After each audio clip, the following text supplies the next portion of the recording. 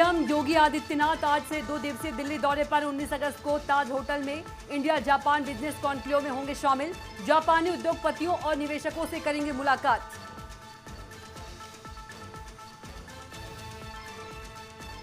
BJP की नई राष्ट्रीय टीम में यूपी के 8 नेताओं को मिली जगह। रेखा वर्मा और प्रोफेसर तारिक मंसूर दोबारा बने राष्ट्रीय उपाध्यक्ष।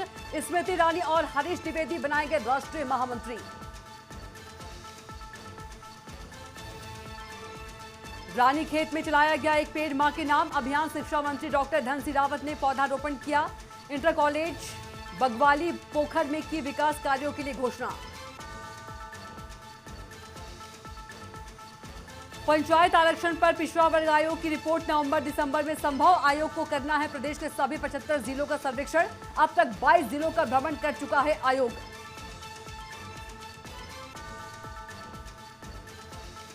यूपी में फिर एक्टिव हुआ मानसून। 75 जिलों में बारिश का अलर्ट। लखनऊ कानपुर समेत कई शहर हुए जलमग्न। गंगा यमुना समेत 10 से ज्यादा नदियां उफान पर।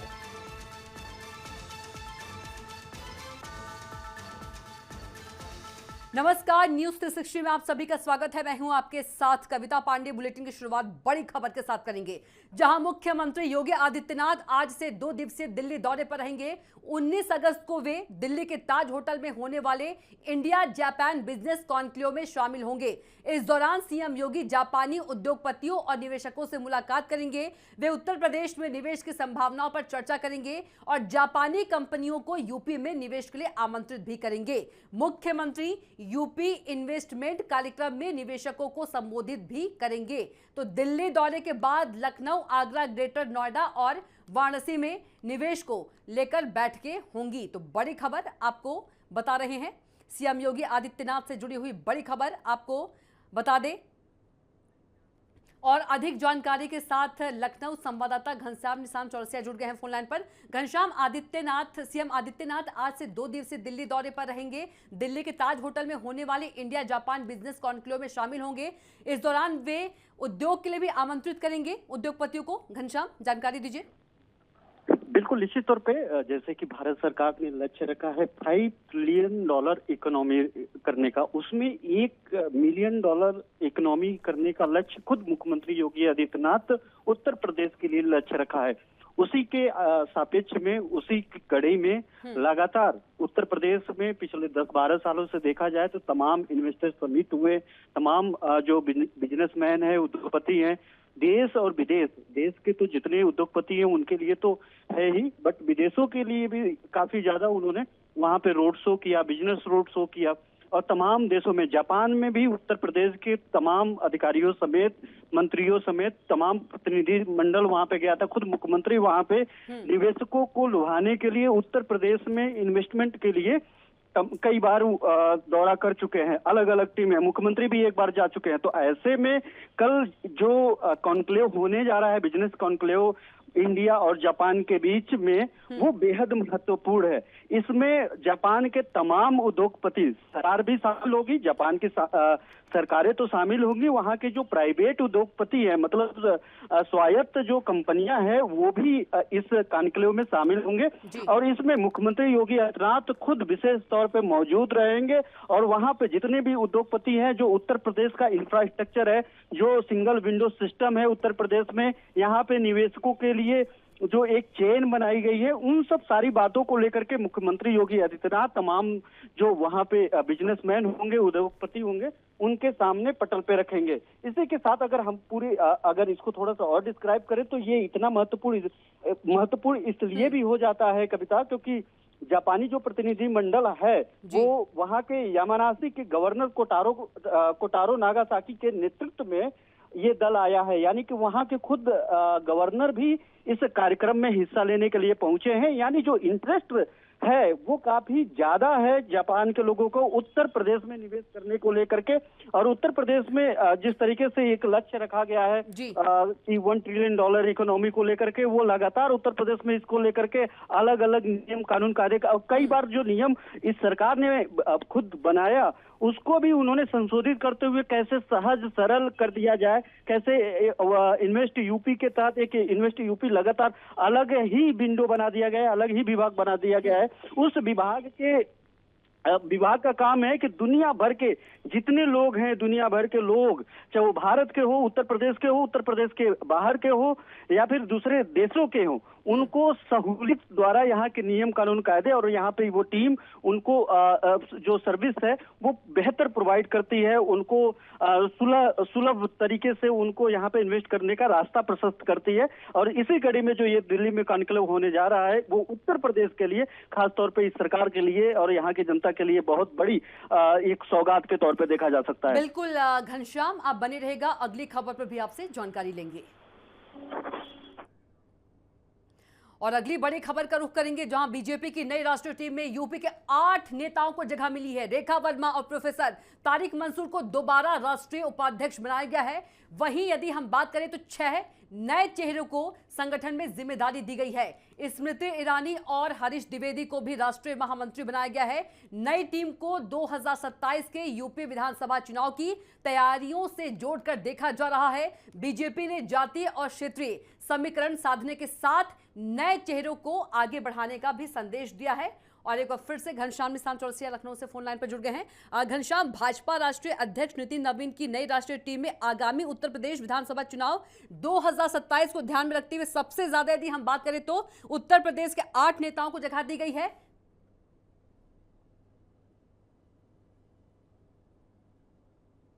लिस्ट है दिल्ली के बाद अगर देखा जाए तो सबसे ज्यादा तरजीह उत्तर प्रदेश को दी गई है। साफ तौर पे संदेश साफ है कि उत्तर प्रदेश में जो आगामी 2027 में विधानसभा चुनाव होने जा रहा है, उस चुनाव के लिए भारतीय जनता पार्टी अपनी कमर कस चुकी है। उत्तर प्रदेश का हाल ही में लिस्ट आया था, टीम यहाँ की टीम जो पंकज चौधरी थी उसमें भी देखा गया किस तरीके से सामाजिक ताना बाना बुना गया, किस तरीके से जो क्षेत्रीय ताना बाना बुना गया। और इसके इतर अगर अब सेंट्रल का अगर देखा जाए, केंद्रीय नेतृत्व में भी यही लगभग 8 लोगों को शामिल करके साफ संदेश है कि उत्तर प्रदेश में कोई कोर कसर भारतीय जनता पार्टी छोड़ने नहीं जा रही है। मुख्य रूप से अगर देखा जाए, रेखा वर्मा जिसको राज्यसभा सांसद उन्होंने बनाया, वो पिछली बार वो चुनाव जीती थी, योगी सरकार में राज्य मंत्री थी और उसके बाद अगला टिकट काट दिया गया, उसके बाद सीधे राज्यसभा भेज दिया गया। ये वर्मा समाज, जो कुर्मी समाज है, उसको साधने के लिए, चूंकि कुर्मी समाज को अगर देखा जाए तो वो 2 भागों 2 धड़ों में बटा है। कुछ समाजवादी पार्टी की तरफ जाता है, भारतीय जनता पार्टी की तरफ जाता है, और इसी के अलावा 2 मुसलमान जो अल्पसंख्यक समुदाय से हैं। इसमें तो सबसे बड़ा नाम अगर देखा जाए तो कुंवर बासित अली भारतीय जनता पार्टी अल्पसंख्यक मोर्चा का राष्ट्रीय अध्यक्ष सीधा बना दिया गया है। यानी जो पसमानदा समाज है, उस पसमानदा समाज को साधने के लिए उत्तर प्रदेश में भी भारतीय जनता पार्टी ने काफी ज्यादा इस पे फोकस किया है। इसी के चलते तारिक मंसूर है, उनको राष्ट्रीय उपाध्यक्ष बनाया गया है और राष्ट्रीय अध्यक्ष कुंवर बासित अली को बना दिया गया है। और मौर्य समाज में अगर देखा जाए उत्तर प्रदेश में तो केशव प्रसाद मौर्य के बाद अगर कोई बहुत बड़ा नाम है तो वो अमरपाल मौर्य है। और अमरपाल मौर्य को लेकर के यहाँ पे प्रदेश अध्यक्ष की जब रेस चल रही थी उत्तर प्रदेश में, तो वहां पर भी उनका नाम लिया जा रहा था। उनको भी सीधे भारतीय जनता पार्टी ओबीसी मोर्चा का सीधा कमान दे दिया गया है। और उस भारतीय जनता पार्टी का ओबीसी मोर्चा पूरे देश भर में जो साधने की कोशिश करेंगे, तो जाहिर बात है उत्तर प्रदेश से जुड़े हुए हैं तो उत्तर प्रदेश में भी साधने बिल्कुल घनश्याम, कुल मिलाकर ये कहा जा सकता है कि इन 8 नेताओं के चयन में ओबीसी, दलित, महिला और मुस्लिम चेहरों को संतुलित प्रतिनिधित्व दिया गया है। बहुत ही शुक्रिया आपका जानकारी साझा करने के लिए। वहीं लखनऊ में उत्तर प्रदेश सरकार के खिलाफ समाजवादी छात्र सभा आज प्रदर्शन करेगी। प्रदर्शन लखनऊ विश्वविद्यालय के गेट नंबर 1 पर दोपहर 2 बजे आयोजित किया जाएगा। संगठन बढ़ते अपराध, भ्रष्टाचार और कानून व्यवस्था के मुद्दे पर सरकार को बता दें कि सरकार का विरोध करेगा। प्रदर्शन में महिलाओं की सुरक्षा और युवाओं से जुड़े मुद्दे भी उठाए जाएंगे। आयोजकों ने छात्रों, युवाओं और जागरूक नागरिकों से प्रदर्शन में शामिल होने की अपील की है। समाजवादी छात्र सभा ने इसे अन्याय के खिलाफ आवाज उठाने का अभियान बताया है। प्रदर्शन रोहित यादव के नेतृत्व में होगा।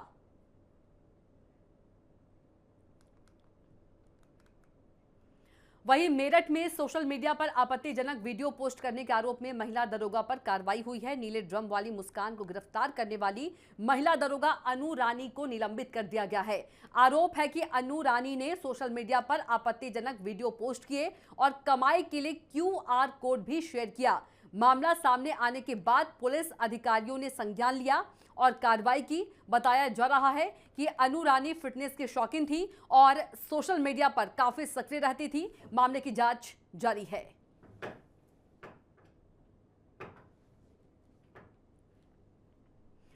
और अगली बड़ी खबर आपको बता दें कि राम मंदिर धन गबन मामले में यूपी सरकार की गृह विभाग ने जरूरी कार्रवाई करते हुए श्री राम जन्मभूमि तीर्थ क्षेत्र ट्रस्ट को एसआईटी की फाइनल रिपोर्ट सौंप दी है। 3 सदस्यीय एसआईटी ने यह रिपोर्ट सरकार को दी थी, जिसके बाद इसे ट्रस्ट को भेजा गया। बताया जा रहा है कि यह रिपोर्ट सुप्रीम कोर्ट के हस्तक्षेप से पहले तैयार की गई थी। इसी मामले में एसआईटी की प्राथमिक रिपोर्ट के आधार पर एफआईआर दर्ज हुई थी और गिरफ्तारी की कार्रवाई भी की थी।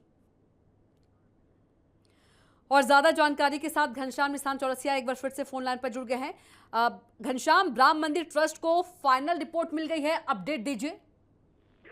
देखिए, ये एसआईटी जो सबसे पहले उत्तर प्रदेश की योगी सरकार ने श्री राम जन्मभूमि ट्रस्ट के अनुरोध पे बनाया था, उसको हालांकि सुप्रीम कोर्ट ने भंग कर दिया था। उसने कहा था कि हम आप नई एसआईटी बनाइए और उस एसआईटी से जांच कराइए। लेकिन जो पहली एसआईटी थी जिसको उत्तर प्रदेश सरकार ने श्री राम जन्मभूमि के अनुरोध पर बनाया था, वो 2 चरण में उन्होंने अपनी रिपोर्ट सौंपी थी। ये पहली चरण में जब उन्होंने रिपोर्ट सौंपी तब 8 लोगों को गिरफ्तार किया गया, मुकदमा दर्ज करा करके। वो लोग अभी भी जेल में है। कई बार पुलिस ने उनको रिमांड पे ले ली है और कई उसमें भी जांच प्रचलित है। वही उसी के दूसरे कड़ी में फिर से कल देर शाम तक जो एसआईटी की रिपोर्ट थी वो गृह विभाग के द्वारा श्री राम जन्मभूमि को रिपोर्ट दे दी गई है। हालांकि चाहे वो गृह मंत्रालय हो यहाँ का, चाहे वो गृह विभाग हो या फिर चाहे वो श्री राम जन्मभूमि ट्रस्ट हो, वो इस रिपोर्ट को सार्वजनिक करने से बच रहे हैं। उन्होंने मनाही कर दिया है कि हम इसको सार्वजनिक नहीं करें। लेकिन इसमें दो सबसे बड़े नाम जो उछले पूरे देश भर में दुनिया चंपत राय और अनिल मिश्रा, घनश्याम जी, 2 बड़े नाम। चंपत राय, इन दोनों का नाम एसआईटी की इस जांच में नहीं मिल रहा है। उनको क्लीन चिट दे दी गई है, जिसपे एक नया बहस जरूर छिड़ गया है। लेकिन इसके इतर अगर देखा जाए तो इस रिपोर्ट के बाद अब देखिए सरकार का क्या रुख होता है और श्री राम जन्मभूमि ट्रस्ट का क्या रुख होता है। जो 8 लोगों को गिरफ्तार किया गया है, सिर्फ इन्हीं लोगों की संलिप्तता दिखाई जाती है या फिर आगे अन्य लोगों पर भी कार्रवाई होगी। लेकिन इस रिपोर्ट के आने के बाद लोगों की नजर इसके सार्वजनिकता पे भी है कि सरकार इसे सार्वजनिक करे, कम से कम पता तो चले कि आखिरकार जो श्री राम जन्मभूमि ट्रस्ट के अंदर ये महापाप किया गया, जो चोरी की गई, इसके पीछे, इस कड़ी के पीछे कौन कौन लोग हैं। क्या किसी को बचाने की तो कोशिश नहीं की जा रही है? क्या इसके आड़ में किसी को जो है सेफ गार्ड तो नहीं देने की कोशिश की जा रही है? तमाम तरीके के सवालात आज भी इंटरनेट पे बिल्कुल रहे हैं, लोगों तमाम के जेल में सवालात हैं। घनश्याम, विपक्ष की ओर से कोई प्रतिक्रिया सामने आई है एसआईटी की फाइनल रिपोर्ट के बाद? देखिए, विपक्ष के लोग, तमाम ऐसे नेता हैं, इसको लेकर के सोशल मीडिया पे तो अपनी आवाज उठाई है। उन्होंने कहा है कि जिनको बड़े बड़े जो इसमें बड़े मछलियों को बचाने के लिए छोटी मछलियों की बलि दे दी गई है। उन्होंने कहा है कि छोटी मछलियों का हम पैरवी नहीं करते, लेकिन जो जिन बड़ी मछलियों को बचाने की कोशिश की जा रही है वो कोशिश सरकार के द्वारा बंद की जानी चाहिए। और यही कारण है कि अभी इन सब सारी बातों के इतर उनकी मांग है कि कम से कम जो रिपोर्ट है उसको सार्वजनिक किया जाए। और खासतौर पर इस रिपोर्ट को तो ना सही, लेकिन जो सुप्रीम कोर्ट ने जो एसआईटी बनाया है उस एसआईटी को जल्द से जल्द जांच करके अपनी रिपोर्ट कम से कम सुप्रीम कोर्ट में बिल्कुल घनश्याम, बहुत ही शुक्रिया आपका जानकारी देने के लिए। अगली खबर का रुख करेंगे, जहां ग्राम पंचायत अधिकारी भर्ती का इंतजार कर रहे अभ्यर्थियों के लिए बता दें कि अभ्यर्थियों के लिए बड़ी खबर है। यूपी एसएसएससी ने मुख्य परीक्षा 2023 का अंतिम रिजल्ट जारी कर दिया है। कुल 1468 अभ्यर्थियों का ग्राम पंचायत अधिकारी पद पर चयन हुआ है। इनमें 849 अनारक्षित, 356 एससी, 139 ओबीसी, 117 ईडब्ल्यूएस और 7 एसटी अभ्यर्थी शामिल हैं। भर्ती में 270 महिला अभ्यर्थियों का भी चयन हुआ है। अनारक्षित और ओबीसी की कट ऑफ 68.25 अंक रही। लिखित परीक्षा और अभिलेख परीक्षण के बाद परिणाम जारी किया गया है।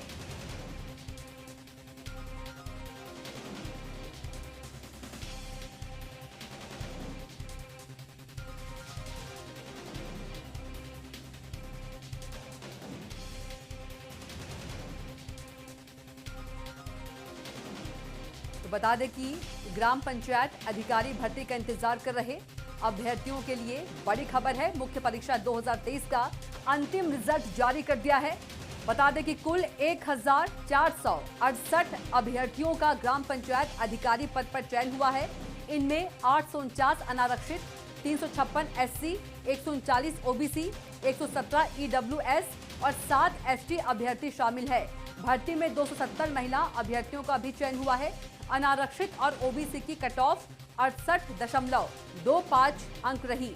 लिखित परीक्षा और अभिलेख परीक्षण के बाद परिणाम जारी किया गया है। और अगली बड़ी खबर आपको बता दें कि लखनऊ में यूपी एटीएस ने जैश ए मोहम्मद से जुड़े एक आरोपी को गिरफ्तार किया है। आरोपी की पहचान बिहार के पूर्णिया निवासी मोहम्मद जफर के रूप में हुई है। तो बड़ी खबर आपको बता रहे हैं, बता दें कि आरोपी की पहचान जो है बिहार के पूर्णिया निवासी मोहम्मद जफर के रूप में हुई है। एटीएस के मुताबिक जफर मदरसे के नाम पर चंदा जुटाकर उसकी रकम पाकिस्तान स्थित आतंकी संगठन तक भेजता था। आरोप है कि वह सोशल मीडिया पर मसूद अजहर की भड़काऊ तकरीरें भी साझा करता था। इन संदेशों के जरिए लोगों को हिंसात्मक गतिविधियों के लिए उकसाने का आरोप है। तो जफर को 16 अगस्त को गिरफ्तार किया गया है।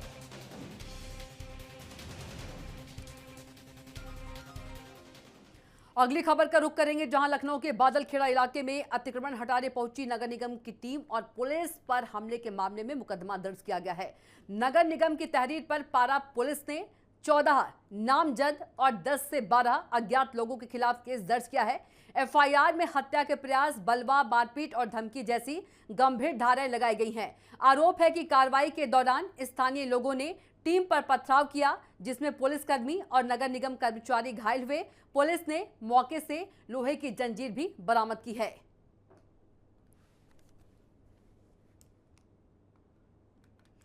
वहीं लखनऊ में यूपी पुलिस के पहले आधिकारिक एंथम खाकी का सितारा की खूब चर्चा हो रही है। महानायक अमिताभ बच्चन ने यूपी पुलिस की पोस्ट को कोट ट्वीट करते हुए एंथम की तारीफ की है। उन्होंने लिखा, कुछ सितारे आसमान में चमकते हैं तो कुछ खाकी पहनकर जमीन पर। करीब 6.5 मिनट के इस एंथम में महाकुंभ 2025 से स्वतंत्रता दिवस 2026 तक पुलिस की ड्यूटी और जनसेवा की झलक दिखाई गई है। एंथम को शंकर महादेवन ने संगीत और आवाज दी है। इसका लॉन्च बता दें कि 14 अगस्त को हुआ था।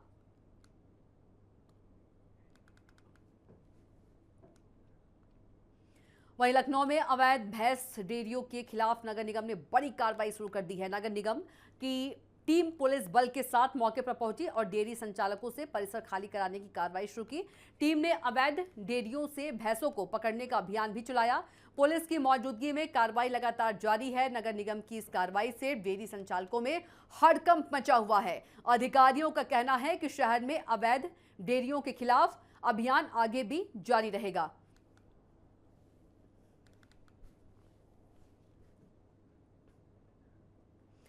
और उत्तर प्रदेश में पंचायत चुनाव को लेकर बड़ी खबर है, जो कि आपको बता दें। पंचायत आरक्षण पर गठित पिछड़ा वर्ग आयोग अपनी रिपोर्ट नवंबर-दिसंबर में सरकार को सौंप सकता है। आयोग को प्रदेश के सभी 75 जिलों का सर्वे करना है, जिसमें अब तक 22 जिलों का दौरा पूरा हो चुका है। रिपोर्ट आने के बाद पंचायत चुनाव के लिए आरक्षण प्रक्रिया आगे बढ़ेगी। अप्रैल में प्रस्तावित चुनाव समय पर नहीं हो सके थे, अब दिसंबर में चुनाव प्रक्रिया बता दें कि शुरू होने की संभावना जताई जा रही है।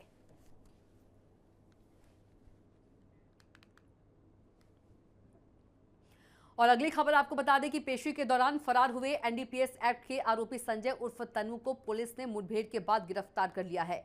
14 अगस्त को आरोपी कोर्ट में पेशी के दौरान पुलिस कर्मियों को चकमा देकर फरार हो गया था। उसी गिरफ्तारी पर पुलिस अधीक्षक ने 25,000 रुपए का इनाम घोषित किया था। 16 अगस्त को तिंदवारी चिल्ला पुलिस और एसओजी की टीम ने घेराबंदी की। पुलिस के मुताबिक आरोपी ने फायरिंग की। जवाबी कार्रवाई में पैर में गोली लगी। आरोपी पर कई मुकदमे बता दें कि पहले से दर्ज है। इस प्रकरण में आपको अवगत करा दें कि ये अभियुक्त संजय सिंह एनडीपीएस और गैंगस्टर जैसे मुकदमों में डिस्ट्रिक्ट जेल में निरुद्ध था और 14 अगस्त 2026 को न्यायालय में पेशी के दौरान ये बाथरूम जाने के बहाने से हेड कांस्टेबल को चकमा देकर भाग खड़ा हुआ था और इसके पश्चात थाना कोतवाली नगर में समीचीन धाराओं में अभियुक्त पंजीकृत कर लिया गया था। वहीं जलेसर थाना क्षेत्र में 3.5 साल के मासूम के साथ कथित यौन अपराध के प्रयास का मामला सामने आया है। आरोप है कि एक किशोर बच्चे को बहला फुसलाकर झाड़ियों की तरफ ले गया। बच्चे की आवाज सुनकर ग्रामीण मौके पर पहुंच गए और आरोपी किशोर को पकड़कर पुलिस के हवाले कर दिया गया। पुलिस ने आरोपी को हिरासत में लेकर पूछताछ। हमारा एक छोटा भतीजा था, उसको एक मोहल्ला का बगल का ही एक लड़का उसके बच्चे को हमारे बच्चों को लेकर घुमा करके खेलने के बहाने से बुला के ले गया। हमारे पास ही खेत के बगल में एक झाड़ी है, टीला कहते हैं उसे, वहाँ पे उसके साथ में गलत काम करने लगा, दुष्कर्म करने लगा। तो उसकी चीख बात सुनते ही हम वहाँ से आए तो हमने देखा तो हमारा बच्चा मौके पर उसको साथ अपने पकड़ा। वहीं जैनपुर कोतवाली क्षेत्र के नरहन खास गांव में कथित धर्म परिवर्तन के आरोप को लेकर हड़कंप मच गया। सूचना पर पुलिस मौके पर पहुंची और एक पादरी समेत कई लोगों को हिरासत में लिया गया। मौके पर बजरंग दल के कार्यकर्ता भी पहुंचे, जहां झड़प की स्थिति बन गई। पुलिस ने हालत संभालते हुए आधा दर्जन से ज्यादा महिलाओं और 3 पुरुषों को भी हिरासत में लिया। आरोप है कि पूजा पाठ और झाड़ फूक के नाम पर लोगों को लालच देकर धर्म परिवर्तन का प्रयास किया जा रहा था। पुलिस पूछताछ और जाँच कर रही है। मुकदमा लिखते और जेल भी भेजे तुम्हारे जैसे बाइबल पढ़ाने वाले। तो सर भेज दीजिए, हम कहाँ कुछ कर रहे हैं आपको, भेज कर दिखा रहे हैं। तो चलाओ, आप तो बैठा मतलब जो कानून को जानते ले लो, बैठाओ, ले चला कानून को।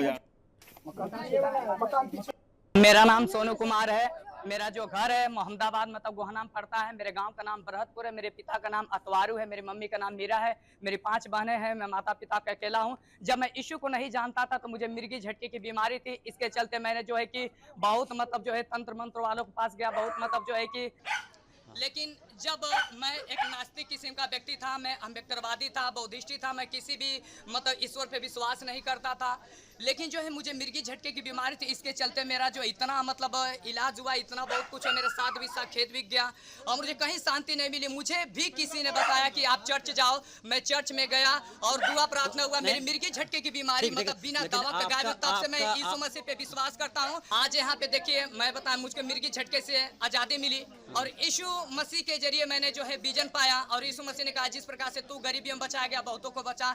इसलिए तब से लेकर मैं आज तक बहुत सारे लोगों को मतलब सुसमाचार सुना। आज दिनांक 16 अगस्त को थाना जीएनपुर पर सूचना प्राप्त हुई कि सोनू कुमार पुत्र अरवारू, ग्राम भरतपुर, थाना मोहम्मदाबाद, जनपद मऊ, जिसकी ससुराल रामधन की लड़की सुनीता से शादी हुई थी, इसी गांव में ससुराल है, अपने साथ थाना घोसी मऊ से कुछ महिलाओं को साथ लेकर आता है तथा नरहन खास में बाइबिल पुस्तक को पढ़ाकर लोगों को प्रभावित करता है तथा धर्म के प्रति आकर्षित करता है। इस सूचना पर थाना जीएन पुलिस मौके पर गई थी, जिसमें 3 पुरुष 7 महिलाएं हैं, हिरासत में लेकर थाना जीएनपुर पर लाए हैं, जो विधिक कार्रवाई सुसंगत धाराओं में अभियुक्त पंजीकृत कार्रवाई की जा रही है। वहीं ताल कटोरा इंडस्ट्रियल एरिया की ईगल पेंट फैक्ट्री में देर रात भीषण आग लगी। फैक्ट्री में पेट्रोल, केरोसिन और पेंट के कंटेनर रखे होने से बड़ा खतरा बना हुआ था। सूचना पर अलग अलग फायर स्टेशन से 8 फायर टैंकर मौके पर पहुंचे। दमकल कर्मियों ने बेसमेंट में घुसकर आग पर काबू पाने की कोशिश की और छत से फोम और पानी की बौछार की। एसडीआरएफ टीम ने भी मदद की। करीब 1.5 घंटे की मशक्कत के बाद आग बुझा दी गई। हादसे में कोई जनहानि नहीं हुई है।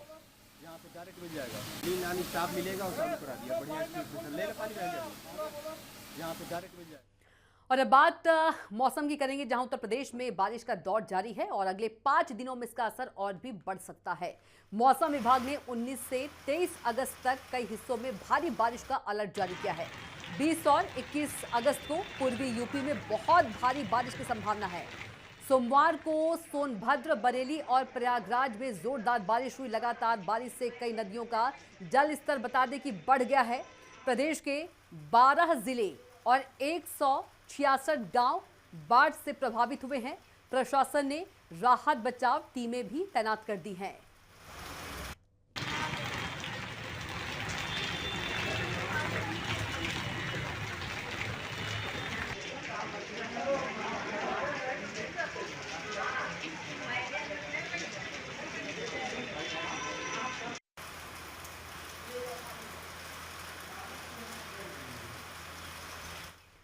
इसी के साथ फिलहाल के लिए बुलेटिन में इतना ही। आप देखते रहिए न्यूज़ 360। नमस्कार।